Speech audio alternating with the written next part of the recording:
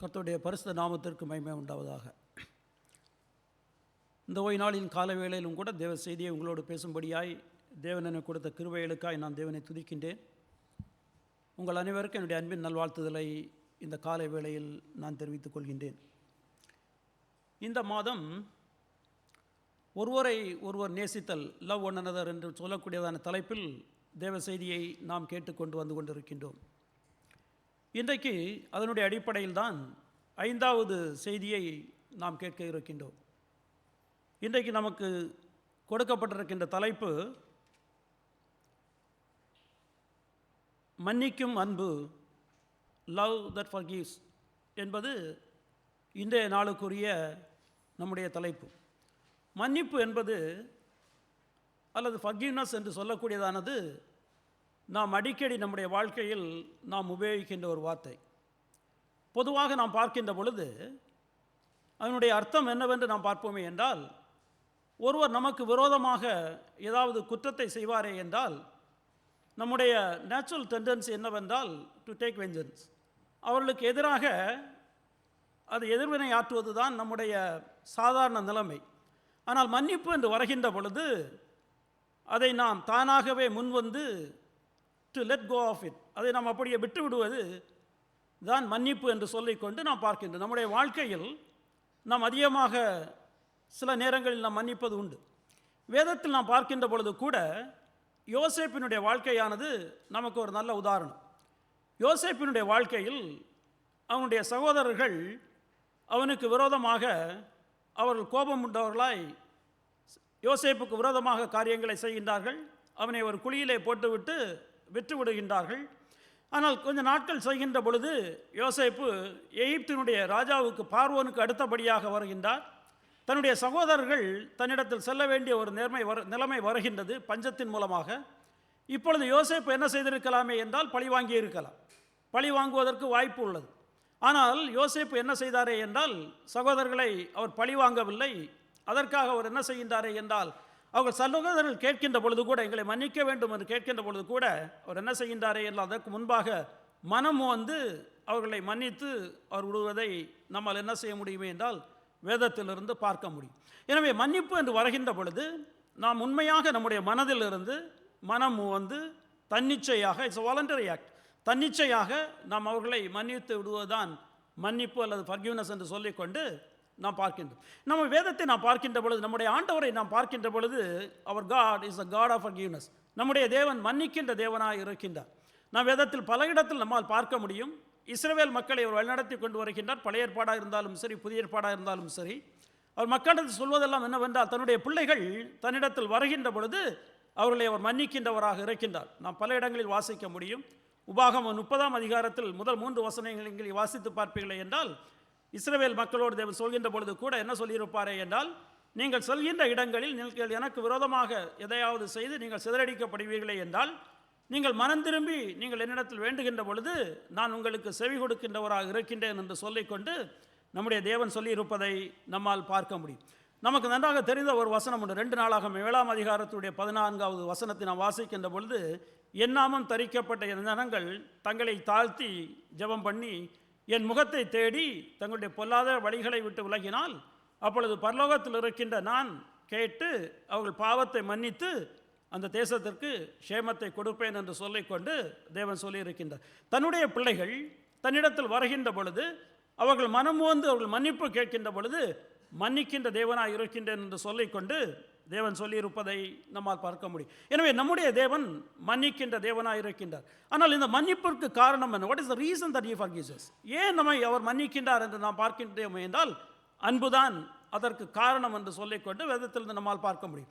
அவர் நம்மேல் வைத்த அன்பினால், தான் படைத்த மக்கள் மேல் வைத்த அன்பினால் என்ன செய்கின்றாரே என்றால் மன்னிக்கின்றார். யோவான் 3ஆம் அதிகாரத்தினுடைய 16வது வசனத்தை நாம் வாசிக்கின்ற பொழுது, தேவன் தன்னுடைய ஒரே பேரான குமாரனை நம்மிடத்தில் அனுப்பி எதற்காக அனுப்பினாரே என்றால் நம்மிடத்தில் அவர் அன்பு வைத்தபடியினால் என்று சொல்லிக்கொண்டு நாம் வாசிக்கின்றோம். God so love the world என்று சொல்லிக்கொண்டு நாம் வாசிக்கிறோம். அவ்வளோ தூரம் தேவன் என்ன செய்தாரே என்றால் நம்மிடத்தில் அன்பு வைத்தார். அன்பு வைத்தபடியினால் தேவன் என்ன செய்கின்றாரே என்றால் நம்மை மன்னிக்கின்றவராக இருக்கின்றார். தேவன் மன்னிக்கின்றவர் மாத்திரம் கிடையாது. இந்த வேதத்தை நாம் பார்க்கின்ற பொழுது it is a book of forgiveness. இந்த வேதமானது மன்னிப்பை குறித்து சொல்கின்ற ஒரு வேதமாக, ஒரு புத்தகமாக இருப்பதை நம்மால் பார்க்க முடியும். நீங்கள் ஆதியாகமத்திலிருந்து வாசிக்கின்ற பொழுது தேவனுக்கு மனுஷனுக்கும் இடையில் பகை வருகின்றது.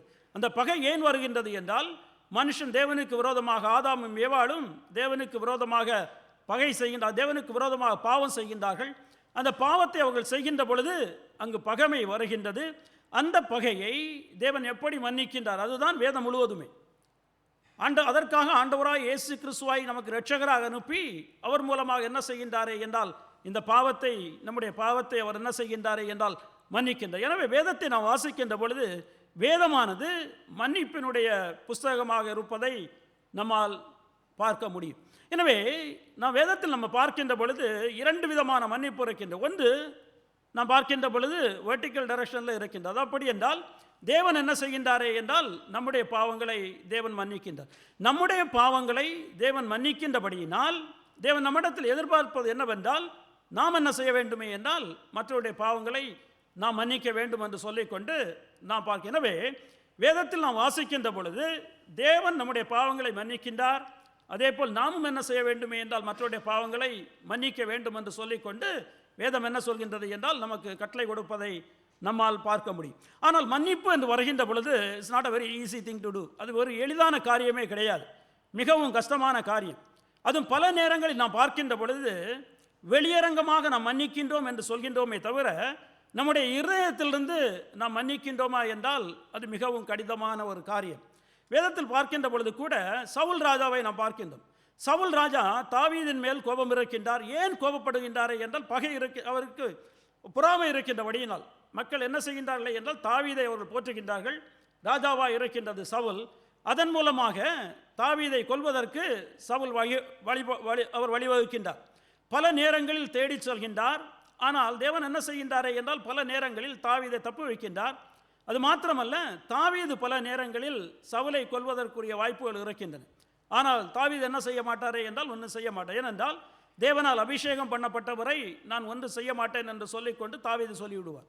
இந்த மாதிரி சூழ்நிலைகளில் நாம் வேதத்தில் வாசிக்கின்ற பொழுது சவுல் என்ன சொல்வாரே என்றால், என் மகனே, தாவீதை நோக்கி, என் மகனே, என்னை மன்னித்து விடு, நான் தவறு செய்து விட்டேன், நான் இனிமேல் ஒன்று செய்ய மாட்டேன் என்று சொல்லிக்கொண்டு அடிக்கடி சொல்வார். ஆனால் உண்மையில் மன்னித்தாரா என்றால் மன்னிக்கவில்லை.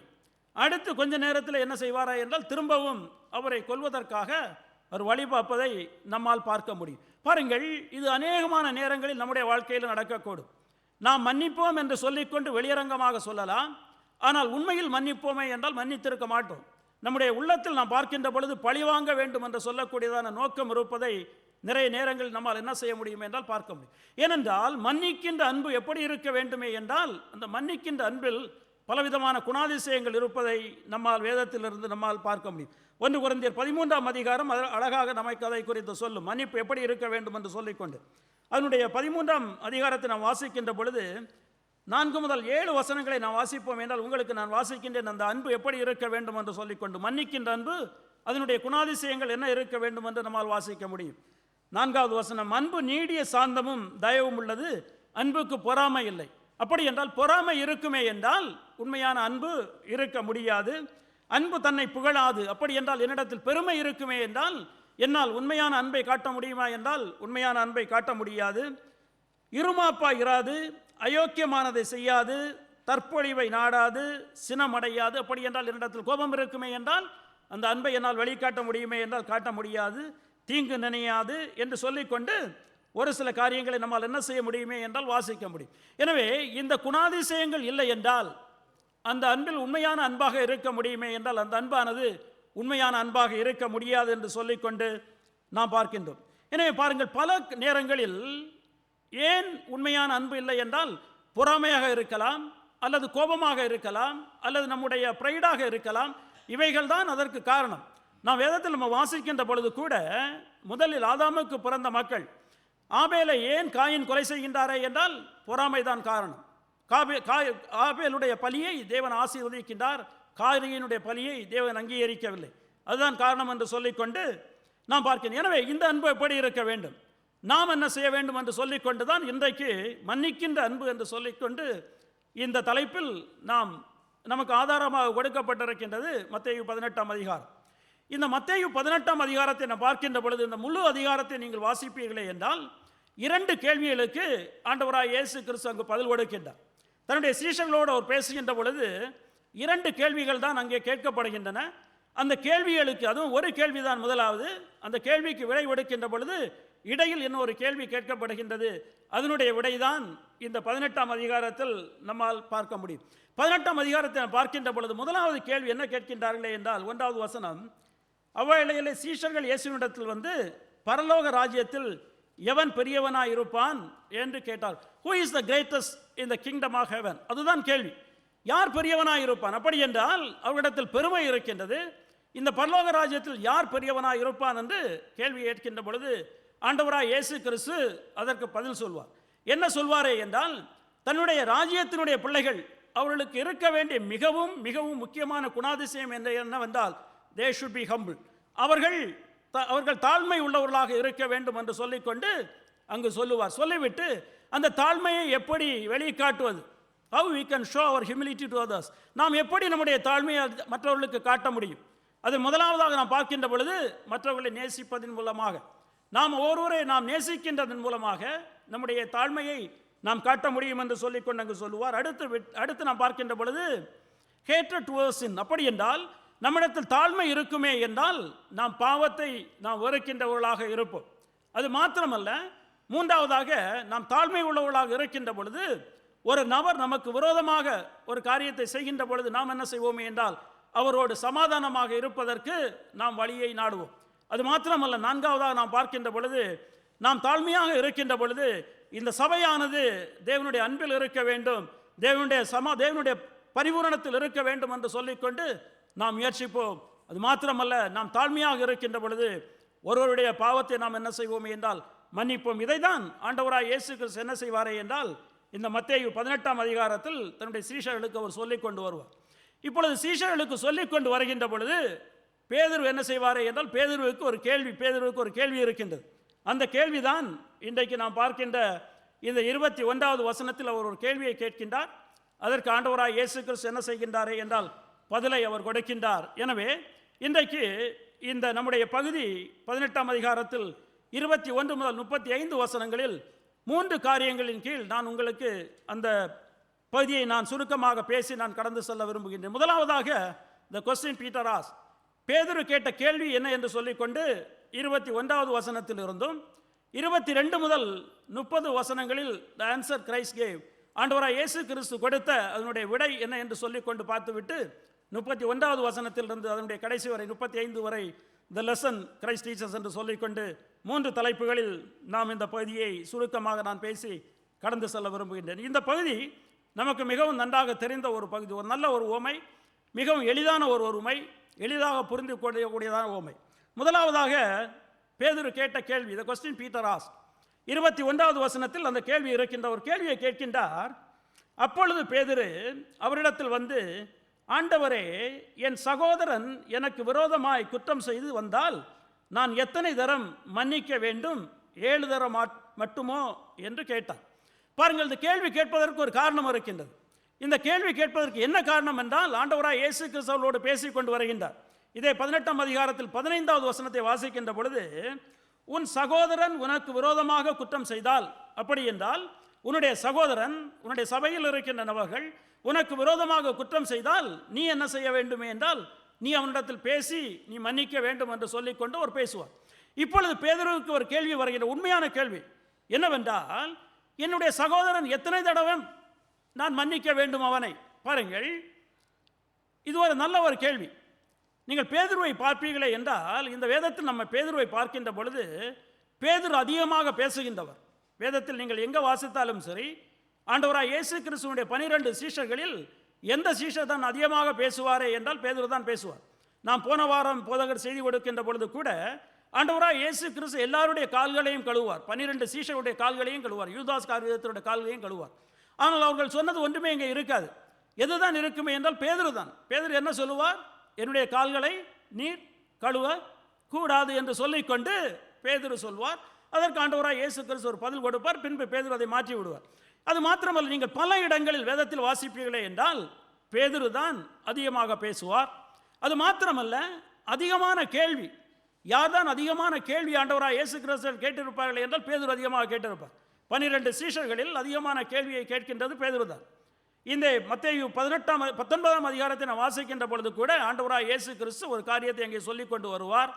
எப்படி என்றால், ஐஸ்வர்யவான் தேவனுடைய ராஜ்யத்தில் பிரவேசிப்பது மிகவும் கஷ்டமான காரியம் என்று சொல்லிக்கொண்டு, அப்பொழுது பேதுரு ஒரு நியாயமான கேள்வியை கேட்பார். என்ன கேள்வி என்றால், நாங்கள் எல்லாவற்றையும் விட்டு வந்திருக்கின்றோமே, எங்களுக்கு சொந்தமான எல்லாவற்றையும் நாங்கள் விட்டு வந்திருக்கின்றோம், எங்களுடைய குடும்பத்தை விட்டு வந்திருக்கின்றோம், அப்படி என்றால் எங்களுக்கு என்ன கிடைக்கும் என்று சொல்லிக்கொண்டு ஒரு நியாயமான கேள்வி என்ன செய்வாரே என்றால் அங்கே கேட்பார்.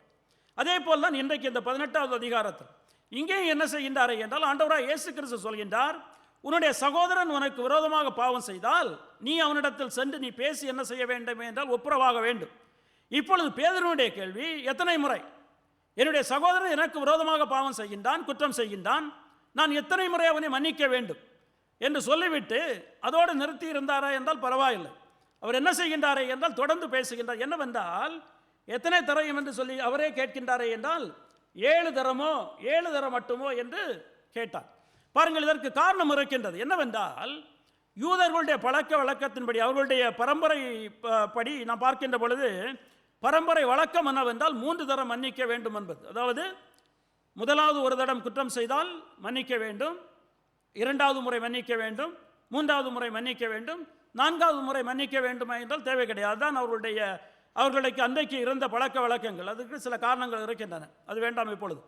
எனவே இப்பொழுது பேதுரு என்ன செய்கின்றாரே என்றால் 3 தரம் மன்னிக்க வேண்டும், ஆண்டவராக இயேசு கிறிஸ்துவுக்கு தெரியும். ஆனால் ஆண்டவராக இயேசு கிறிஸ்து இரக்கம் உள்ளவர்.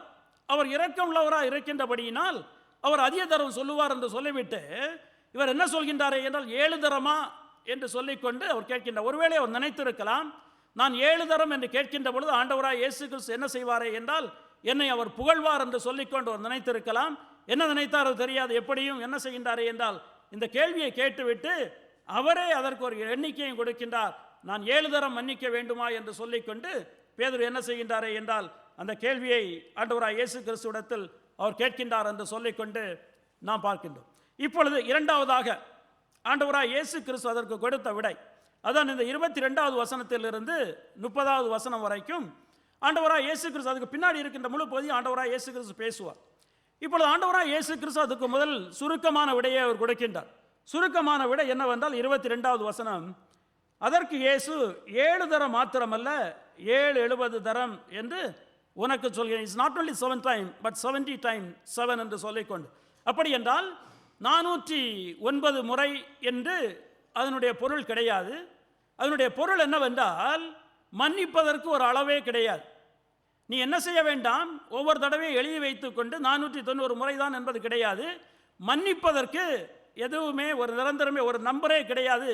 நீ என்ன செய்ய வேண்டும் என்றால் எத்தனை முறை அவர்கள் பாவம் செய்து மன்னிப்பு கேட்டாலும் நீ மன்னிக்க வேண்டும் என்று சொல்லிக்கொண்டு ஆண்டவராக இயேசு கிறிஸ்து என்ன செய்கின்றாரே என்றால் இந்த இடத்தில் அவர் அந்த பதிலை அவர் கொடுப்பதை நம்மால் பார்க்க முடியும். பாருங்கள், அப்படி என்றால் மன்னிப்பதற்கு நாம் எப்பொழுது மன்னிப்போம் என்றால் ஒருவரை நேசிக்கின்ற பொழுது.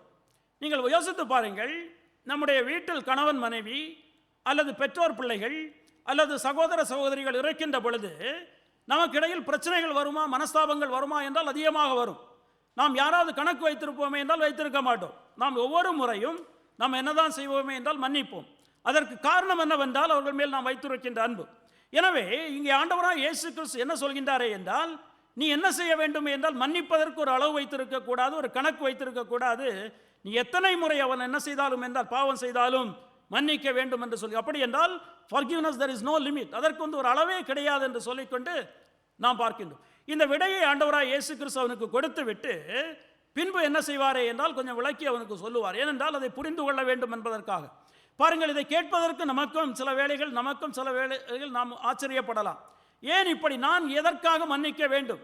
என்னுடைய சகோதரன் எனக்கு விரோதமாக ஒரு முறை பாவம் செய்தால் மன்னித்து விடுகின்றேன், 2 முறை மன்னித்து விடுகின்றேன், ஒருவேளை 7 முறை மன்னித்து விடுகின்றேன், அதற்கு மேல் நான் ஏன் மன்னிக்க வேண்டும் என்று நம்மிடத்தில் ஒருவேளை நம்மிடத்தில் இந்த கேள்வி வரும். அதுதானே இதன் ஆண்டவராக இயேசு கிறிஸ்து என்ன செய்கின்றாரே என்றால் அதை அவர் அங்கு விளக்கி ஒரு உவமையின் மூலமாக அவனுக்கு ஒரு சில காரியங்களை அவர் கற்றுக் கொடுக்கின்றார்.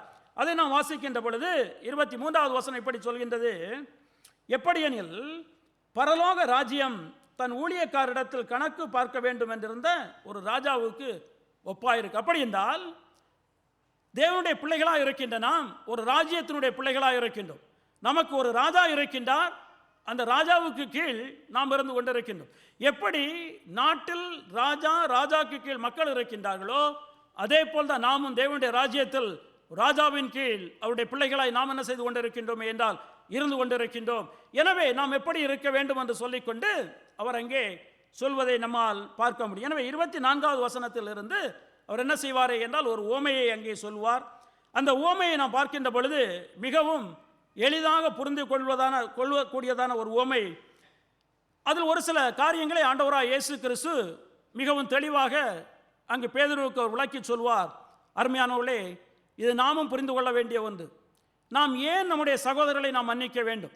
அது எந்த குற்றமாக இருந்தாலும் சரி, அவர்கள் மன்னிப்பு கேட்கின்ற பொழுது நாம் ஏன் உண்மையாக மன்னிக்க வேண்டும் என்று சொல்லிக்கொண்டு ஆண்டவராக இயேசு கிறிஸ்து விளக்கி சொல்வதை நம்மால் பார்க்க முடியும். ஒரு 6 காரியங்களை நான் இங்கே வைத்திருக்கின்ற 6 காரியங்களை அவர் சொல்லுவார் இந்த ஓமையின் மூலமாக. முதலாவது நாம் பார்க்கின்ற பொழுது ஆண்டவராக இயேசு கிறிஸ்து நம்மிடத்தில் நாம் புரிந்து கொள்வதற்கு சொல்லக்கூடிய முதல் காரணம் என்னவென்றால், no human being can pay the டெப்ட் தே ஓ டு காட். ஒரு மனுஷனும் தான் தேவனிடத்தில் பட்டிருக்கின்ற கடனை திருப்பி கொடுக்க முடியாது என்று சொல்லிக்கொண்டு ஆண்டவராக இயேசு கிறிஸ்து முதலாவது என்ன செய்கின்றாரே என்றால் அங்கு சொல்வதை நம்மால் பார்க்க முடியும். 24வது வசனம் வாசிக்கின்றேன். அவன் கணக்கு பார்க்க தொடங்கின போது 10,000 தாலந்து கடன்பட்டவன் ஒருவனை அவனுக்கு முன்பாக கொண்டு வந்தார்கள். பாருங்கள், ஆண்டவராக இயேசு கிறிஸ்து முன்பாக அவர் அந்த ஓமையை சொல்கின்ற அந்த ராஜாவுக்கு முன்பாக ஒரு கடன்பட்டவனை கொண்டு வருகின்றார்கள். அந்த கடன்பட்டவன் எவ்வளவு பட்டிருக்கின்றானே என்றால் 10,000 தாலந்து என்று சொல்லிக்கொண்டு நாம் பார்க்கின்றோம். ஒரு தாலந்து என்பது அந்த நாட்களில் ஒரு தாலந்து என்பது 6,000 நாட்கள் வேலை செய்கின்றதனுடைய கூலி. அப்படி என்றால் கிட்டத்தட்ட 20 வருஷம் வேலை செய்வதற்குரிய கூலி தான் ஒரு தாலந்து. அவன் எவ்வளவு கடன் பட்டிருக்கின்றானே என்றால் 10,000 தாலந்து என்று சொல்லிக்கொண்டு நாம் பார்க்கின்றோம். எனவே நான் கணக்கு போட வேண்டிய தேவையில்லை. ஆண்டவராக இயேசு கிறிஸ்து என்ன சொல்கின்றாரே என்றால், அந்த நாட்களில் அங்கு இருந்த பெரிய பணக்காரனை விட இந்த அமௌண்ட் ஆனது கூடுதல் என்று சொல்லிக்கொண்டு நாம் பார்க்க. அப்படி என்றால் எந்த ஒரு மனுஷனாலும் இந்த தொகையை தேவனுக்கு என்ன செய்ய முடியாது என்றால் கொடுக்க முடியாது. அந்த அளவுக்கு அவன் என்ன செய்திருந்தானே என்றால் கடன் பட்டிருந்தார். ஒருவேளை இன்றைக்கு ஆண்டவராக இயேசு கிறிஸ்து இதை சொல்வாரே என்றால் அவர் என்ன சொல்லலாம் என்ற, இன்றைக்கு நாம் பார்க்கின்ற பொழுது இந்த உலகத்தில் இருக்கின்ற ரிச்சஸ்ட் பர்சன் என்று நாம் பார்க்கின்ற பொழுது அவருடைய செல்ஃப் ஒர்த்தை நான் பார்ப்போம் என்றால் it's almost about $1 trillion. 1 trillion வெள்ளி தான் அவருடைய மதிப்பு. எனவே இப்பொழுது ஆண்டவராக இயேசு கிறிஸ்து சொல்வாரே என்றால் என்ன சொல்லியிருப்பாரே என்றால் ஒருவேளை 1000 ட்ரில்லியன் என்று சொல்லிக்கொண்டு அவர் சொல்லியிருக்கலாம். பொருள் என்னவென்றால் அவன் பட்டிருக்கின்ற கடனை அவனால் திருப்பி அடைக்கவே முடியாது என்று சொல்லிக்கொண்டு அந்த அளவுக்கு அவன் என்ன செய்திருக்கின்றானே என்றால் கடன் பட்டிருக்கின்றான். அருமையானவர்களே, இதுதான் நானும் நீங்களும் கூட. நாம் தேவனிடத்தில் எவ்வளவு கடன் பட்டிருக்கின்றோமே என்றால் அதை நம்மால் திருப்பி கொடுக்கவே முடியாது. ஏனென்றால் நாம் தேவனுக்கு விரோதமாக நாம் பாவம் செய்திருக்கின்றோம். ஒவ்வொரு முறையும் நாம் பாவம் செய்கின்ற பொழுது நாம் என்ன செய்கின்றோமே என்றால் நாம் கடனாளி ஆகின்றோம். இந்த பாவம் செய்கின்ற பொழுது அதனுடைய கூலி என்ன? The wages of sin is death. மரணம் தான் அதனுடைய கூலி என்று சொல்லிக்கொண்டு நாம் பார்க்கின்றோம். பாவத்தினுடைய சம்பளம் மரணம் என்று சொல்லிக்கொண்டு, எனவே நம்மை அந்த மரணத்திலிருந்து மீட்க வேண்டுமே என்றால் அதற்கு கொடுக்க வேண்டிய ரான்சம் அல்லது அது கொடுக்க வேண்டிய கூலி என்னவென்றால் ஒரு பாவம் இல்லாத ஒரு மனுஷன் என்ன செய்ய வேண்டுமே என்றால் மறிக்க வேண்டும். பாருங்கள், நாம் பாவத்திலிருந்து நாம் விடுபட வேண்டுமே என்றால், தேவனுக்கு முன்பாக கடனாளியாக இருக்கின்ற நாம் விடுபட வேண்டுமே என்றால், எந்த ஒரு பாவமும் செய்யாத ஒரு மனுஷன் என்ன செய்ய வேண்டுமே என்றால் அவர் தன்னுடைய ஜீவனை கொடுக்க வேண்டும் என்று சொல்லிக்கொண்டு நாம் பார்க்கின்றோம். யாராவது உலகத்தில் உண்டு என்றால் கிடையவே கிடையாது. ஏனென்றால் நாம் எல்லாரும் என்ன செய்திருக்கின்றோம்? பாவம் செய்திருக்கிறோம். எனவே நம்மை பாவத்திலிருந்து மீட்பதற்கு நாம் ஏதாவது கொடுக்க முடியுமே என்றால் எந்த ஒரு தொகையும் என்னால் செய்ய முடியாது என்றால் நம்மால் கொடுக்க முடியாது. அந்த அளவுக்கு நாம் என்ன செய்திருக்கின்றோம்? நாம் தேவனிடத்தில் நாம் கடன் பட்டிருக்கின்றோம். 49வது சங்கீதத்தை நீங்கள் வாசிக்கின்ற பொழுது சங்கீதக்காரன் அங்கு அழகாக அவர் சொல்லுவார், ஒரு கேள்வியை கேட்பார். தன்னுடைய பணத்தின் மேல் நம்பிக்கை வைத்துக்கொண்டு தன்னுடைய பணத்தை அதிகமாக நம்பியிருக்கின்ற மனுஷனை குறித்து அவர் பேசுகின்ற பொழுது, எவனாவது தன்னுடைய சகோதரனை அவனுடைய ஆத்துமாவை மீட்பதற்கு ஏதாவது கொடுக்க கூடுமா என்று சொல்லிக்கொண்டு, can anyone give a ransom to redeem the soul of his brother?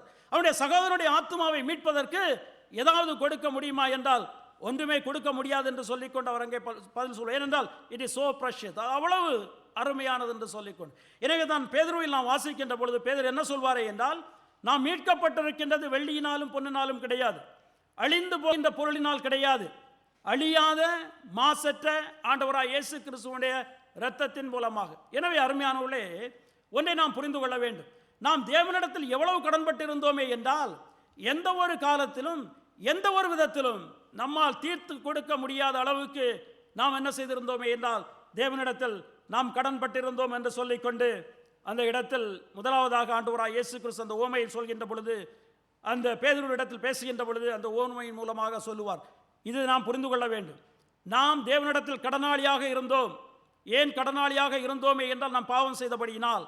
அந்த பாவத்தை, அந்த கடனிலிருந்து நம்மை மீட்பதற்கு ஏதாவது நம்மால் கொடுக்க முடியுமே என்றால் கொடுக்க முடியாது. அந்த அளவுக்கு நாம் என்ன செய்திருந்தோமே என்றால் நாம் கடன்பட்டிருந்தோம் என்று சொல்லிக்கொண்டு நாம் பார்க்கின்றோம். அடுத்து தொடர்ந்து அந்த ஓமையில் ஒரு பேசுகின்ற பொழுது இரண்டாவதாக பேதுரு என்ன புரிந்து கொள்ள வேண்டும், அதன் மூலமாக நாம் என்ன புரிந்து கொள்ள வேண்டுமே என்றால், God in His love has provided a means for our payment of debt என்று சொல்லிக்கொண்டு, நாம் அந்த கடனை கட்டி தீர்ப்பதற்கு கொடுப்பதற்கு தேவன் தன்னுடைய அன்பின் மூலமாக ஒரு வழியை அவர் கொடுத்திருந்தார் என்று சொல்லிக்கொண்டு நாம் பார்க்கின்றோம். தொடர்ந்து நான் வாசிக்கின்றேன் 25வது வசனம். கடனை தீர்க்க அவனுக்கு நிர்வாகம் இல்லாதபடியால் அந்த பாருங்கள், அந்த மனுஷனுக்கு தெரியும் அந்த கடனை கொட்டாட்டி கொடுக்க முடியாது. ஏனென்றால் அது 10,000 தாலந்து என்று சொல்லிக்கொண்டதை யாராலும் கொடுக்க முடியாது. எனவே கடனை கொடுக்க முடியாதபடியினால் அவனுடைய ஆண்டவன் அவனையும் அவன் பெண் ஜாதி பிள்ளைகளையும் அவனுக்கு உண்டான எல்லாவற்றையும் விற்று கடனை தீர்க்கும்படி கட்டளையிட்டான். இப்பொழுது அந்த ராஜா பார்க்கின்றான், இந்த மனுஷனுக்கு எந்த விதத்திலும் கடனை கட்டி தீர்க்க முடியாது. எனவே இவன் கடனை கட்டி தீர்ப்பதற்கு நான் ஒரு வழியை வைக்கின்றேன். என்ன வழியை கொடுக்கின்றாரே என்றால், நீ என்ன செய்யப்பா, நீ உன்னையும் உன்னிடத்தில் இருக்கின்ற காரியங்களையும் உன்னுடைய மனைவி பிள்ளைகளையும் நீ என்னவென்றால் நீ அடகு வைத்துக் கொண்டு விற்றுவிட்டு நீ என்ன செய்ய வேண்டும் என்றால் இருக்கின்றதை நீ கொடு என்று சொல்லிக்கொண்டு அவர் சொல்ல. பாருங்கள், இதை நம்ம கேட்கின்ற பொழுது நமக்கு ஒருவேளை இந்த நாட்களில் நாம் இருக்கின்ற நமக்கு அது ஒருவேளை ஒரு ஆச்சரியத்தை அது கொடுக்கலாம். ஆனால் அந்த நாட்களில் அது அப்படி கிடையாது. அந்த நாட்களில் மக்கள் இன்றைய மாதிரி அரசாங்கம் கிடையாது, அவர்களுக்கு யாரும் உதவி செய்வதற்கு ஆட்கள் கிடையாது. எனவே ஒரு சில காரியங்கள் இருந்தன. என்னவென்றால், அவர்கள் தங்களை சில நேரங்களில் இன்றைக்கு நமக்கு பணம் வேண்டுகின்ற பொழுது சில பொருளை நாம் அடகு வைக்கின்றோம். அதே போல் இவர்கள் என்ன செய்யலாம் என்றால், தங்களை ஒரு மனுஷனுக்கு கீழாக வேலைக்காக ஒப்புவித்து அவர்கள் பணத்தை பெற்றுக் கொடுக்கலாம். எனவே இங்கே பார்க்கின்ற பொழுது இவரை முற்றமாக விற்று எல்லாம் செய்தாலும் கூட எவ்வளவுதான் கிடைக்குமே என்றால், இந்த 10,000 தாலந்து கிடைக்குமா என்றால் கிடைக்கவே கிடைக்காது. ஒருவேளை 1 தாலந்தோ 2 தாலந்தோ கிடைக்கலாம். இந்த ராஜாவுக்கு தெரியும் இவனால் கொடுத்து முடிக்க முடியாது. எனவே இவனால் கொடுத்து முடிக்க, இவனால் செய்யக்கூடிய ஒன்றை நான் கொடுப்பேன் என்று சொல்லிவிட்டு அவர் என்ன செய்கின்றாரே என்றால், அவனிடத்தில் சொல்கின்றார், அப்பா உனக்கு இருக்கின்றதை நீ விற்று என்ன செய்ய வேண்டுமே என்றால் நீ கெட்டி கொடு என்று சொல்லிக்கொண்டு. அருமையானவர்களே, இதுதான் நம்முடைய வாழ்க்கையிலும் கூட. நம்மால் நம்மை மீட்டுக்கொள்ள முடியாது. நாம் பாவத்தில் விழுந்திருக்கின்றோம், தேவனுக்கு விரோதமாக பாவம் செய்திருக்கின்றோம். எனவே நம்மை மீட்பதற்காக நமக்காக தேவன் என்ன செய்கின்றாரே என்றால் ஒரு வழியை கொடுக்கின்றார். எதற்காக என்றால், நம்மேல் அன்பு வைத்தபடியினால். தேவன் நம்மேல் அன்பு வைத்தபடியினால் அவர் என்ன செய்கின்றாரே என்றால் தன்னுடைய ஒரே பேரான குமாரனாகிய ஆண்டவராய் இயேசு கிறிஸ்துவை நமக்காக அவர் கொடுக்கின்றார். அதான் நம்மால் யோவான் 3ஆம் அதிகாரத்தில் நம்மால் வாசிக்க முடியும், பல இடங்களில் நம்மால் வாசிக்க முடியும். 1 யோவான் 4ஆம் அதிகாரத்தை நாம் வாசிப்போமே என்றால் 9-10 வசனங்களை நாம் வாசிக்கின்ற பொழுது எடுத்தவர்கள் எனக்காக வாசியுங்கள். 1 யோவான் 4:9-10. தம்முடைய ஒரே பேரான குமாரனாலே நாம் பிழைக்கும்படிக்கு தேவன் அவரை இவ்வுலகத்திலே அனுப்பினதினால் தேவன் நம்மேல் வைத்த அன்பு வெளிப்பட்டது. நாம் தேவனிடத்தில் அன்பு கூர்ந்ததினால் அல்ல, அவர் நம்மிடத்தில் அன்பு கூர்ந்து நம்முடைய பாவங்களை நிவர்த்தி செய்கிற கிருபாதார பலியாக தம்முடைய குமாரனை அனுப்பினதானே அன்பு உண்டாயிருக்கு. பாருங்கள், நன்மையால் அன்பு வைத்தபடியினால் தேவன் என்ன செய்கின்றாரே என்றால் நம்மை மீட்கும்படியாக தன்னுடைய ஒரே பேரான குமாரனாய் ஆண்டவராய் இயேசு கிறிஸ்துவை இந்த உலகத்தில் அவர் அனுப்பினார் என்று சொல்லிக்கொண்டு நாம் பார்க்கின்றோம். எப்படி அந்த ராஜா அந்த மனுஷனுக்கு கெட்டி தீர்க்க முடியாது என்பதை உணர்ந்தவனாய் அவன் என்ன செய்ய முடியுமோ அதை கொடுக்கின்றானோ, அதே போல் நம்முடைய தேவன் என்ன செய்கின்றாரே என்றால் நாம் எதையும் செய்ய முடியாது மீட்புக்காக என்று சொல்லிக்கொண்டு தன்னுடைய ஒரே பேரான குமாரனாகிய ஆண்டவராய் இயேசு கிறிஸ்து என்ன செய்கின்றாரே என்றால் இந்த உலகத்துக்கு அவர் அனுப்புகின்றார்.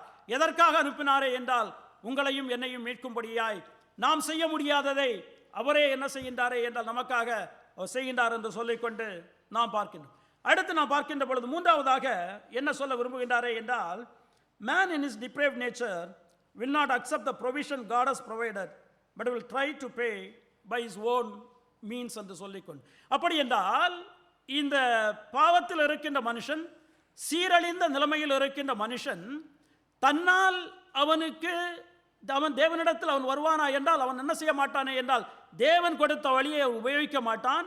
ஆனால் தன்னை தேவனுக்கு முன்பாக நீதிமானாக்குவதற்கு அவன் எந்த விதத்திலும் அவன் முயற்சிப்பான் என்று சொல்லிக்கொண்டு அவர் என்ன செய்கின்றாரே என்றால் அங்கே சொல்கின்றார். தொடர்ந்து வாசிக்கின்றேன் 26வது வசனம். அப்பொழுது அந்த ஊழியக்காரன் தாழ விழுந்து, கவனமாக கேளுங்க, தாழ விழுந்து வணங்கி, ஆண்டவனே என்னிடத்தில் பொறுமையாயிரும், எல்லாவற்றையும் உமக்கு கொடுத்து தீர்க்கிறேன் என்றார். அவனுக்கு நன்றாக தெரியும் அவனால் செய்ய முடியாது. இப்பொழுது அவனுடைய ஆண்டவர் ஒரு வழியை கொடுத்திருக்கின்றான், அந்த ராஜா ஒரு வழியை கொடுத்திருக்கின்றான். அப்பா இருக்கிறதை வித்துக்கொடு என்று சொல்லிக்கொண்டு, அது கொடுத்தாலும் ஒரு தாளந்து தான் வரலாம். ஆனால் இவன் என்ன சொல்கின்றானே என்றால், ஐயா நீர் கொஞ்ச நேரம் பொறுமையாயிரும், நான் என்ன செய்வேனே என்றால் நான் எல்லாவற்றையும் நான் கொடுத்து நான் தீர்த்து விடுகிறேன். பாருங்கள், இதுதான் நம்முடைய நிலைமை, இதுதான் மனுஷனுடைய நிலைமை. தேவன் தன்னுடைய ஒரே பேரான குமாரனை நம்மை ரட்சிக்கும்படியாக கொடுத்திருக்கின்றார். ஆனால் மனுக்குலம் என்ன நம்பிக்கொண்டிருக்கின்றது? தங்களால் தங்களை ரட்சித்துக் கொள்ள முடியும், நாங்கள் ஏதாவது செய்து தேவனுக்கு முன்பாக எங்களை நீதிமானாக காட்ட முடியும். அதுதான் இந்த உலகத்தில் நாம் பார்க்கின்றோம். இந்த உலகத்தில் நீங்கள் எந்த மனுஷனிடத்தில் நீங்கள் சென்று கேட்டாலும் சரி, அவர்கள் என்ன சொல்வார்களே என்றால், நாங்கள் பெரிய பாவியல் கிடையாது, ஏராளமான நல்ல காரியங்களை நாங்கள் செய்திருக்கின்றோம், எனவே தேவன் என்ன செய்வாரே என்றால் எங்களை ஏற்றுக்கொள்வார் என்று சொல்லிக்கொண்டு தான் இன்றைக்கு மக்கள் சொல்வதை நம்மால் பார்க்கணும். இங்கே பாருங்கள், இவனால் தான் சொல்கின்றான். அவன் என்ன சொல்கின்றானே என்றால், ஐயா கொஞ்சம் பொறுமையாயிரும், நான் என்ன செய்து விடுகிறேன், நான் எல்லாவற்றையும் நான் கட்டி தீர்த்து விடுகிறேன். இவனால் முடியுமா என்றால் முடியாது, ஏனென்றால் அவ்வளவு அவன் கடன்பட்டு இருக்கின்றான். அருமையானவர்களே, இதுதான் நம்ம வேதத்தில் நாம் பார்க்கின்ற பொழுது கூட, நீங்கள் இந்த பரிசேயர்களை நீங்கள் பார்க்கின்ற பொழுது அவர்களும் என்ன நினைத்திருந்தார்களே என்றால், தாங்கள் நியாயப்பிரமாணத்துக்கு கீழ்ப்படுகின்றபடியினால், தேவன் கொடுத்திருக்கின்ற கட்டளைகளுக்கு நாங்கள் கீழ்ப்படுகின்றபடியினால் தேவன் என்ன செய்வாரே, எங்களை ஏற்றுக்கொள்வார், எங்களை அவர் நீதிமானாக அவர் கருதுவார் என்று சொல்லிக்கொண்டு அவர் நினைத்திருந்தார்கள் என்று சொல்லிக்கொண்டு நம்மால் பார்க்க. நீங்கள் வேதத்தில் வாசிக்கின்ற பொழுது லூக்கா 10ஆம் அதிகாரத்தில் அந்த நல்ல சமாரியனுடைய கதையை நம்மால் வாசிக்க முடியும். அதுக்கு முன்பாக அவன் ஒரு மனுஷன் ஒரு கேள்வியை கேட்பான், நித்திய ஜீவனை அடைவதற்கு என்ன செய்ய வேண்டும் என்று சொல்லிக்கொண்டு ஆண்டவராய் இயேசு கிறிஸ்து ஒரு விடையை கொடுப்பார். இப்பொழுது அந்த மனுஷன் தன்னை நீதிமான் என்று காண்பிக்கும்படியாக, ஏனென்றால் அவன் என்ன செய்திருக்கின்றானே என்றால் தன்னுடைய வாழ்க்கையில் 10 கற்பனைகளை அவன் கடைபிடித்திருக்கின்றான். எனவே அவன் நினைக்கின்றான் நான் நீதிமான் என்று சொல்லிக்கொண்டு, எனவே தன்னை நீதிமான் என்று சொல்லிக்கொண்டு ஆண்டவராய் இயேசு கிறிஸ்து காண்பிக்கும்படியாக ஒரு கேள்வியை கேட்கின்றான். ஹூ இஸ் மை நெய்பர், எனக்கு பிறன் யார் என்று சொல்லிக்கொண்டு ஒரு கேள்வியை அவன் கேட்கின்றான். ஏனென்றால் தான் நீதிமான் என்று நினைத்துக் கொண்டிருக்கின்றான், தேவனுக்கு முன்பாக தேவன் என்னை ஒத்துக்கொள்வார் என்று நினைத்துக் கொண்டிருக்கின்றான். பின்பு என்ன நடப்பது என்பது நமக்கு தெரியும். அருமையானவர்களே, இதுதான் இன்றைக்கு நாம் உலகத்தில் நாம் பார்க்கின்றோம். தேவன் தன்னுடைய நம்மேல் வைத்த அன்பின் மூலமாக நமக்காக ஒரு இரட்சகரை கொடுத்தாலும் கூட, இந்த மனுக்குலமானது மக்களாக இருக்கின்ற நாம், பாவத்தில் இருக்கின்ற நாம் அதை ஏற்றுக்கொள்வோமே என்றால் ஏற்றுக்கொள்ள மாட்டோம். ஆனால் நாம் என்ன செய்வோமே என்றால் நம்முடைய சொந்த திறமையின்படி, என்னுடைய சொந்த முயற்சியின் மூலமாக நாம் தேவனுக்கு முன்பாக நீதிமானாக இருக்கக்கூடும், தேவன் என்னை ஏற்றுக்கொள்வார் என்று சொல்லிக்கொண்டு நாம் என்ன செய்கின்றோமே என்றால் நாம் நினைக்கின்றோம் என்று சொல்லிக்கொண்டு நாம் பார்க்கின்றோம். அடுத்து 4ஆவதாக ஆண்டவராய் இயேசு கிறிஸ்து என்ன சொல்கின்றாரே என்றால், he wants us to know that the forgiveness we received was freely given to us by grace. நாம் பெற்றிருக்கின்ற இந்த ரட்சிப்பானது, இந்த விடுதலையானது கிருபையின் மூலமாக நமக்கு இலவசமாக கொடுக்கப்பட்டது என்பதை நாம் உணர்ந்து கொள்ள வேண்டும் என்று சொல்லிக்கொண்டு பேதுருவிடத்தில் அவர் பேசுகின்றார். தொடர்ந்து வாசிக்கின்றேன் 26வது வசனம் 27. அந்த ஊழியக்காரனுடைய ஆண்டவன் மனதிறங்கி அவனை விடுதலை பண்ணி கடனையும் அவனுக்கு மன்னித்து விட்டான். பாருங்கள், இவன் சொல்கின்றான், எனக்கு ஐயா டைம் கொடுங்க, நான் என்ன செய்கின்றேனே என்றால் எல்லா கடனையும் நான் தீர்த்து விடுகின்றேன். இப்பொழுது அந்த ஆண்டவனுக்கு தெரியும், அந்த ராஜாவுக்கு தெரியும், இவனால் ஒன்றுமே செய்ய முடியாது. எனவே அவன் என்ன செய்கின்றானே என்றால் மனதிறங்கி அவன் பட்ட கடனை என்ன செய்கின்றானே என்றால் விட்டு விடுகின்றான் என்று சொல்லிக்கொண்டு நாம் பார்க்கின்றோம். அருமையானவர்களே, இதுதான் நீங்களும் நானும் பெற்றிருக்கின்றது. நாம் பாவிகளாக இருக்கையில் நம்முடைய நல்ல பழக்க வழக்கத்தின்படி, நம்முடைய நல்ல நடவடிக்கைகளின்படி தேவனுக்கு முன்பாக நீதிமானாக கூடும் என்று சொல்லிக்கொண்டு நாம் நினைத்து கொண்டிருந்தோம். நாம் ஒவ்வொருவரும் அப்படிதான் இருந்தோம். ஆனால் தேவன் என்ன செய்தாரே என்றால் தன்னுடைய கிருபையின் மூலமாக அவருக்கு தெரியும் நம்மால் ஒன்றுமே செய்ய முடியாது, நாம் உணராதவர்களாக இருந்தோம். ஆனால் நாம் உணராதபடியினால் தேவன் தன்னுடைய கிருபையின் மூலமாக என்ன செய்தாரே என்றால் நமக்கு இலவசமாக ரட்சிப்பை கொடுத்திருக்கின்றார். இன்றைக்கு நீங்களும் நானும் அவருடைய பிள்ளைகளாக அவருடைய சமூகத்தில் நாம் இருப்போமே என்றால் காரணம் என்னவென்றால் அந்த ரட்சிப்பை நாம் இலவசமாக நாம் பெற்றிருக்கின்றோம். இன்றைக்கு கூட நாம் வாசித்தோம், 130வது சங்கீதத்தை நாம் வாசித்தோம். அவருடைய 3வது வசனம் என்ன சொல்கின்றது? தேவனே, நீ குற்றத்தை பார்ப்பீரே என்றால் யாருடைய சமூகத்தில் நிலைநிற்கக்கூடும்? நீர் என்னை பார்ப்பீரே என்றால், என்னுடைய உண்மையான நிலைமையை நீர் பார்ப்பீரே என்றால் யார் உம்முடைய சமூகத்தில் நிலைநிற்கக்கூடும்? ஒரு மனுஷன் நிலைநிற்கக்கூடாது. எனவே தான் சங்கீதக்காரன் சொல்லுவார் 103வது சங்கீதத்தில், என் ஆத்துமாவே கர்த்தரை ஸ்தோத்திரி, என் முழு உள்ளமையுடைய பரிசுத்த நாமத்தை ஸ்தோத்திரி, என் ஆத்துமாவே கர்த்தரை ஸ்தோத்திரி, அவர் செய்த சகல உபகாரங்களை மறவாதே, ஏனென்றால் அவர் உன் அக்கிரமங்களை எல்லாம் மன்னித்து உன் நோய்களை எல்லாம் குணமாக்கி உன் பிராணனை அழிவுக்கு விலைக்கு மீட்டு பேசிக்கொண்டிருப்பார். ஏனென்றால் உன்னுடைய எல்லா பாவத்தையும் என்ன செய்திருக்கின்றாரே என்றால் அவர் மன்னித்திருக்கின்றார். கிருபையினால் நாம் என்ன செய்யப்பட்டிருக்கின்றோம்? ரட்சிக்கப்பட்டிருக்கின்றோம். எபேசியர் 2வது அதிகாரம் 8-9 வசனங்கள் நமக்கு நன்றாக தெரிந்த நல்ல வசனங்கள். கிருபையின் மூலமாக விசுவாசத்தை கொண்டு ரட்சிக்கப்பட்டிருக்கின்றோம். இது நம்மால் உண்டானதல்ல, இலவசமாய் பரிசாக நாம் பெற்றிருக்கின்றோம். ஏனென்றால் நாம் நம்முடைய பெருமை பாராட்டாதபடிக்கு என்று சொல்லிக்கொண்டு நாம் வாசிக்கின்றோம். எனவே அருமையானவர்களே, இன்றைக்கு நானும் நீங்களும் பெற்றிருக்கின்ற ரட்சிப்பு இலவசமாய் நாம் பெற்றிருக்கின்ற ரட்சிப்பு. நம்மால் ரட்சிக்க முடியாது, நம்மால் ரட்சிக்க முடியும் என்று நாம் நினைத்துக் கொண்டிருந்தோம். ஆனால் தேவன் நம்மேல் அன்பு வைத்தபடியினால் கிருபையின் மூலமாக என்ன செய்திருக்கின்றாரே என்றால் இந்த ரட்சிப்பை கொடுத்திருக்கின்றார். அதை தான் அவர் என்ன செய்கின்றாரே என்றால் பேதுருவுக்கு விளக்குகின்றார். பேதுரு, எத்தனை முறை நான் மன்னிக்க வேண்டும் என்று கேள்வி கேட்கின்ற பொழுது, பேதுருவே, நீ ஒன்றை தெரிந்து கொள். நீ எப்படி இருந்தாய்? நீ என்னிடத்தில் கடன்பட்டு இருந்தாய். அந்த கடனை எந்த விதத்திலும் உனக்கு கொடுத்த தீர்க்க முடியாது. ஆனால் நான் என்ன செய்திருக்கின்றேன்? கிருபையின் மூலமாக உனக்கு ரட்சிப்பை கொடுத்திருக்கின்றேன்.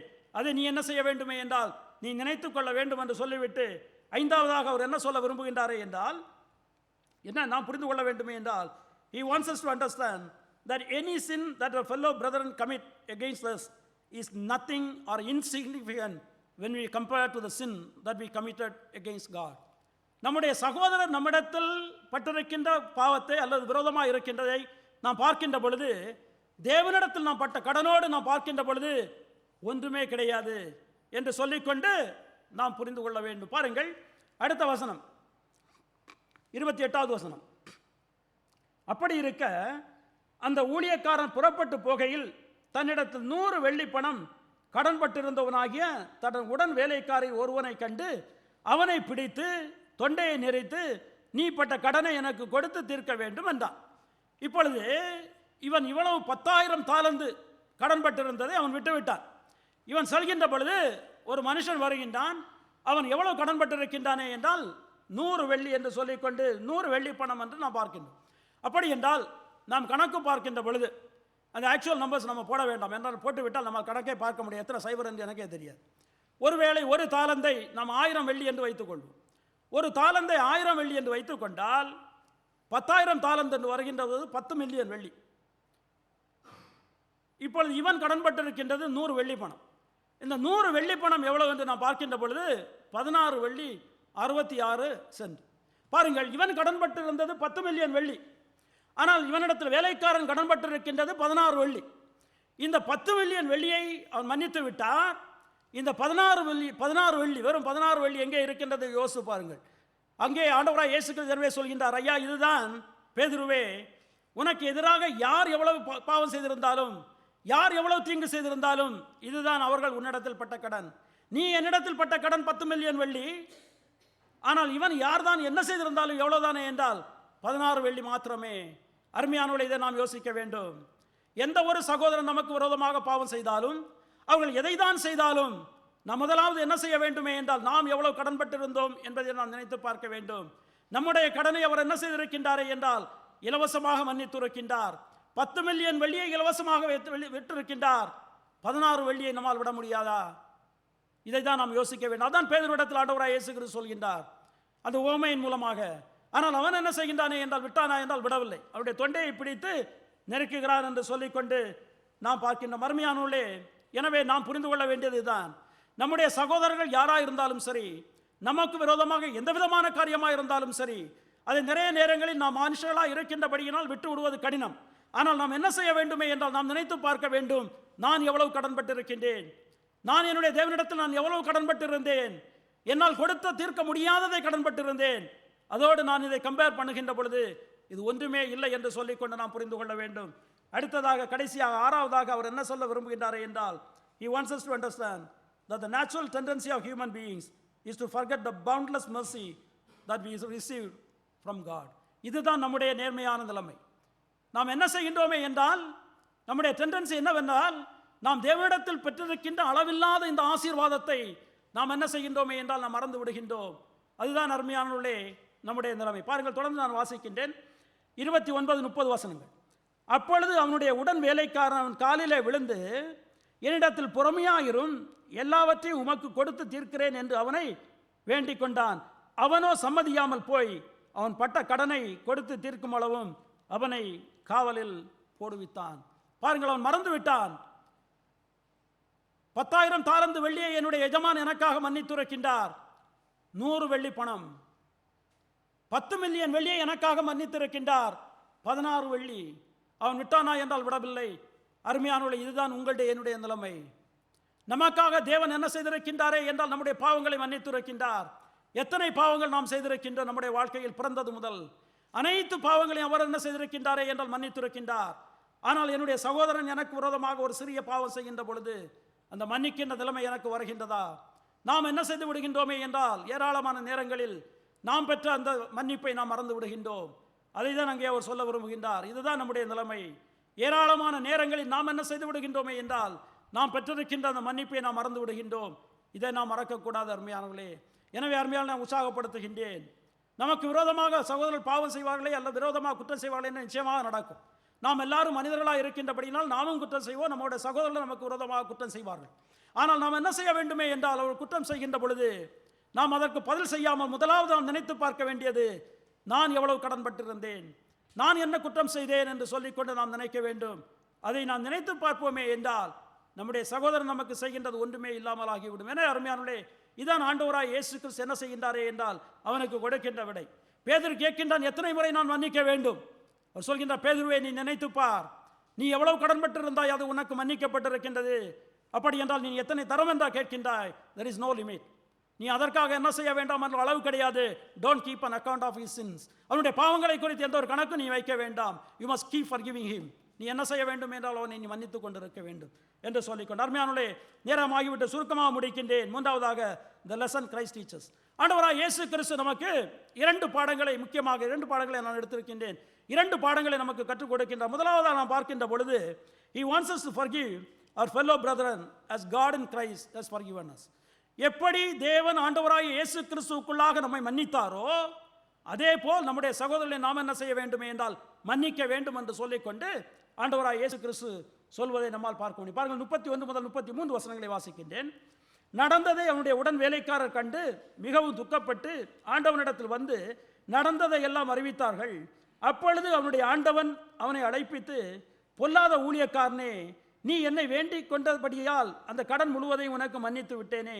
நான் உனக்கு இறங்கினது போல நீயும் உடன் வேலைக்காரனுக்கு இறங்க வேண்டாமா என்று சொல்லி, பாருங்கள், சொல்கின்றான், ஐயா ஊழியக்காரனே, நான் உனக்கு இவ்வளவு இறங்கி இருக்கின்றேனே, நீ உன்னுடைய சகோதரனுக்கு நீ இறங்க வேண்டாமா? நீ இறங்க வேண்டும் என்று. அருமையானவர்களே, இதுதான் நமக்கு பாடம். நமக்காக தேவன் இவ்வளவு காரியங்களை செய்திருக்கின்றார். நம்முடைய பாவங்களை எல்லாம் மன்னித்திருக்கின்றார். ஆனால் நாம் ஒரு சிறிய குற்றத்தை மன்னிக்க முடியாதா? நாம் நிச்சயமாக மன்னிக்க வேண்டும் என்று சொல்லிக்கொண்டு எடுத்தவர்கள் எனக்காக வாசியுங்கள். எபேசியர் 4ஆம் அதிகாரம் 31-32 வசனங்கள். எபேசியர் 4ஆம் அதிகாரம் 30. கவனமாக கேளுங்கள். சகல விதமான கசப்பும், கோபமும், மூர்க்கமும், கூக்குரலும், தூஷணமும், மற்ற எந்த துர்க்கணமும் உங்களை விட்டு நீங்க கடவது. கவனமாக கேளுங்கள். ஒருவருக்கொருவர் தயவாயும் மன உருக்கமாயும் இருந்து கிறிஸ்துவுக்குள் தேவன் உங்களுக்கு மன்னித்தது போல நீங்களும் ஒருவருக்கொருவர் மன்னியுங்கள்.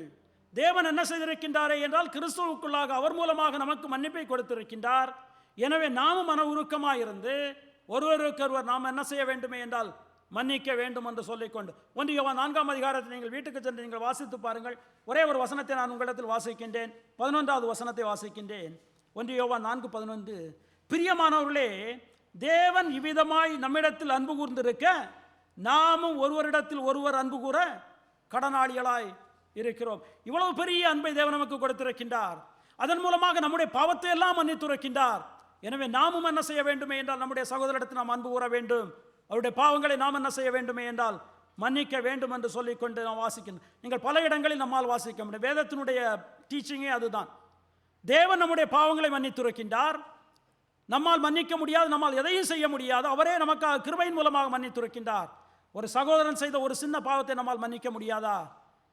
நாம் என்ன செய்ய வேண்டும் என்றால் மன்னிக்க வேண்டும் என்று சொல்லிக்கொண்டு, இரண்டாவதாக மிகவும் முக்கியம், he wants us to do self examination.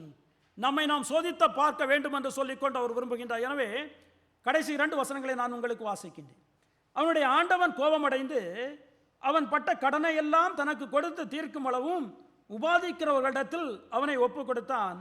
நீங்களும் அவனவன் தன் தன் சகோதரன் செய்த தப்பிதங்களை மனப்பூர்வமாய் மன்னியாமற் போனால் என் பரமபிதாவும் உங்களுக்கு இப்படியே செய்வார்.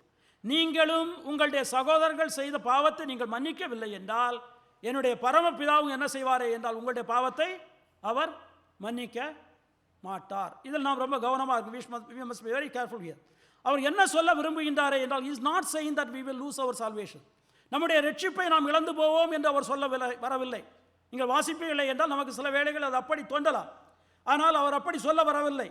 அவர் என்ன சொல்ல வருகின்றாரே என்றால் if you do not forgive your fellow brethren, it means that you have not received the forgiveness from God. நீங்கள் உங்களுடைய சகோதரர்களை நீங்கள் மன்னிக்கவில்லை என்றால் அதனுடைய பொருள் என்னவென்றால் நீங்கள் என்ன செய்யவில்லை, தேவனிடத்திலிருந்து நீங்கள் மன்னிப்பை நீங்கள் பெற்றுக்கொள்ளவில்லை. நீங்கள் மன்னிப்பை பெற்றுக்கொண்டிருப்பீர்களே என்றால் நீங்கள் என்ன செய்வீர்களே என்றால் நிச்சயமாக உங்களுடைய சகோதரருடைய பாவங்களை நீங்கள் மன்னிப்பீர்கள். அதுதான் அங்கே அவர் சொல்ல வருகின்ற அருமையானே. இது நமக்கும் ஒரு பாடம். நான் என்னுடைய சகோதரனுடைய பாவத்தை நான் மன்னிக்கின்றேனா? தேவன் எனக்கு இவ்வளவு செய்திருக்கின்றாரே, என்னுடைய எல்லா பாவங்களையும் அவர் மன்னித்திருக்கின்றாரே, ஆனால் என்னுடைய சகோதரன் செய்த ஒரு பாவத்தை என்னால் மன்னிக்க முடியாதா? நான் மன்னிக்க வேண்டும் என்று சொல்லிக்கொண்டு அவர் என்ன செய்கின்றாரே என்றால் இங்கே சொல்லுங்க. நீங்கள் மத்திய 6ஆம் அதிகாரத்தில் நீங்கள் வாசிக்கலாம், பல இடங்களில் நம்மால் வாசிக்க முடியும். நான் எனவே அநிவாரங்களில் நான் முடிக்கின்றேன். பாருங்கள், இதுதான் நாம் கற்றுக்கொள்ள வேண்டியது. நாம் என்ன கற்றுக்கொள்ள வேண்டுமே என்றால் நம்முடைய சகோதரர்கள் செய்த பாவத்தை நாம் மன்னிக்க வேண்டும். ஏனென்றால் தேவன் நம்முடைய பாவத்தை கிறிஸ்துவுக்குள்ளாக மன்னித்திருக்கின்றார். நாம் ஒருவேளை அந்த மன்னிக்கின்ற சகிப்பு நம்மிடத்தில் இல்லை என்றால், ஒருவேளை மன்னிப்பதற்கு நாம் தாமதமாகவோ அல்லது நாம் எப்படியாவது பழிவாங்க வேண்டும் என்று சொல்லக்கூடியதான எண்ணம் நம்மிடத்தில் இருக்குமே என்றால் we must examine ourselves. நம்மை நாம் என்ன செய்ய வேண்டும் என்றால் சோதித்து பார்க்க வேண்டும். எனவே அருமையானே, நான் முடிக்கின்றேன். நம்ம ஒவ்வொரு நாளும் நாம் என்ன செய்ய வேண்டும் என்றால் நமக்கு விரோதமாக நம்முடைய சகோதரர்கள் யாராவது பாவம் செய்வார்களே என்றால் the first thing we must do, we must look to the cross. ஆண்டவராய் இயேசு கிறிஸ்துவுடைய கல்வாரியை நாம் பார்க்க வேண்டும். அதை நாம் பார்க்கின்ற பொழுது we can humble ourselves. நான் என்ன செய்திருக்கின்றேன், எனக்காக அவர் என்ன செய்திருக்கின்றார் என்பதை நாம் என்ன செய்ய முடியுமே என்றால் நாம் உணர்ந்து கொள்ள முடியும். அப்படி உணர்கின்ற பொழுது then we can have compassion with others. நாம் அடுத்தவர்களோடு நாம் என்ன செய்ய முடியுமே என்றால் சமாதானமாக இருக்க முடியும், நாம் மன்னிக்க முடியும். எனவே அருமையாளை உற்சாகப்படுத்துகின்றேன். எந்த நேரத்திலும் யாராவது நமக்கு விரோதமாக ஏதாவது செய்வார்களே என்றால் முதலாவது நாம் என்ன செய்ய வேண்டும் என்றால் நாம் அதற்கு வினையாற்றுவதற்கு முன்பாக நாம் நினைத்து பார்க்க வேண்டியது, எனக்காக தேவன் என்ன செய்திருக்கின்றார்? எனக்காக தன்னுடைய ஒரே பேரான குமாரனை அனுப்பியிருக்கின்றார். அவர் மூலமாக, அவருடைய மரணத்தின் மூலமாக, கல்வாரியின் மூலமாக நான் இந்த மன்னிப்பை பெற்றிருக்கின்றேன். எனவே இந்த மன்னிப்பை பெற்ற நாம் என்ன செய்ய வேண்டும் என்றால் நம்முடைய சகோதரர்களை நாம் மன்னிக்க வேண்டும். எனவே நம்முடைய சகோதரர் நமக்கு விரோதமாக செய்கின்ற பொழுது நாம் முதலாவது அவர் செய்த மன்னிப்பை நாம் நினைத்து பார்ப்போம். நினைத்து பார்த்த பொழுது அதுக்கு பின்பாக நாம் என்ன செய்வோம் என்றால் அதோடு நாம் கம்பேர் பண்ணுகின்ற பொழுது இது ஒன்றுமே இல்லை என்று சொல்லிக்கொண்டு நாம் என்ன செய்ய வேண்டுமே என்றால் நம்முடைய சகோதரர்களை நாம் மன்னிக்க வேண்டும் என்று சொல்லிக்கொண்டு நாம் பார்க்க. எனவே அருமையானவர்களே, நான் முடிக்கின்றேன். எனவே தேவன் நமக்கு என்ன சொல்கின்றாரே என்றால் தேவன் நமக்கு பாவங்களை கிறிஸ்துவுக்குள்ளாக மன்னித்தபடியினால் நாமும் என்ன செய்ய வேண்டுமே என்றால் ஒருவருடைய பாவங்களை நாம் மன்னிக்க வேண்டும். எனவே உண்மையான அன்பை நாம் பார்க்க போகின்ற பொழுது நாம் ஒருவரை நேசிக்க வேண்டுமே என்றால் அந்த அன்பானது மன்னிக்கின்ற அன்பாக இருக்க வேண்டும். அப்பொழுது தேவன் நம்மை ஆசீர்வதிப்பார். கண்களை மூடி ஜெபிக்கலாம்.